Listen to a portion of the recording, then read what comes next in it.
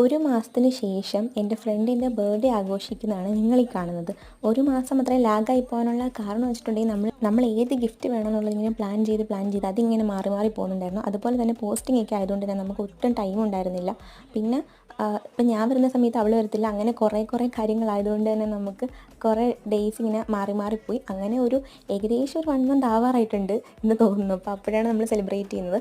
അങ്ങനെ cake വാങ്ങിയപ്പോൾ candle വാങ്ങാൻ മറന്നു പോയിട്ടുണ്ടായിരുന്നു. അതുപോലെ തന്നെ കേക്ക് മുറിക്കാനും നമ്മുടെ കയ്യിലൊന്നുമില്ല. പിന്നെ ഒരു മന്ദബുദ്ധിയാണെന്നുണ്ടെങ്കിൽ കേക്ക് മുറിക്കാൻ ക്യാൻഡിൽ ഫ്രീ ആയിട്ട് കിട്ടിയെന്ന് പറഞ്ഞ് കൊണ്ടുവന്നത് ഒരുമാതിരി അമ്പലത്തിൽ കത്തിച്ച് വെക്കുന്ന പോണക്കത്തെ ക്യാൻഡിലുമായിട്ടായിരുന്നു. അങ്ങനെ പിന്നെ നമ്മൾ അതൊക്കെ കത്തിച്ച് വെച്ച് എന്തായാലും കേക്കൊക്കെ മുറിച്ചിട്ടുണ്ടായിരുന്നു.